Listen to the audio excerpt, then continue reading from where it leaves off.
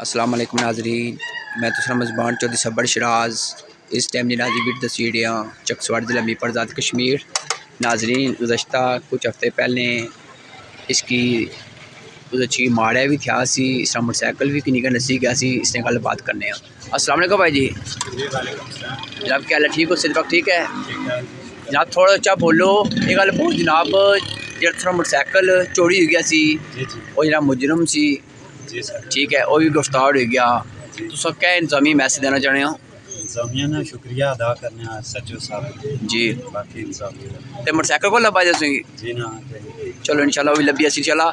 ते मुलजम जे शेड़ी सी उन्हें कोई रजनावे नहीं, कोई आफर सफ कत्ती वै, कोई और गल कत्ती वै ना ना कोई कत्ती। तो सुनी के क्या सोच है? सो इंसाफ लभना चाहिए ना जी सारी इंसाफ। ते मोटरसाइकिल को तो किन जासो मोटरसाइकिल मीरपुर थी आवाज़। चलो इंशाल्लाह जैसी ते कद्दू सो शॉप खोली 4-5 दिन की शॉप खोली माशाल्लाह, मेहनत करी रही और परेशान की कोई नहीं। ना कोई नहीं। चलो अल्लाह पाक से कामयाबी दा जनाब। अल्लाह हाफिज़ है। ठीक।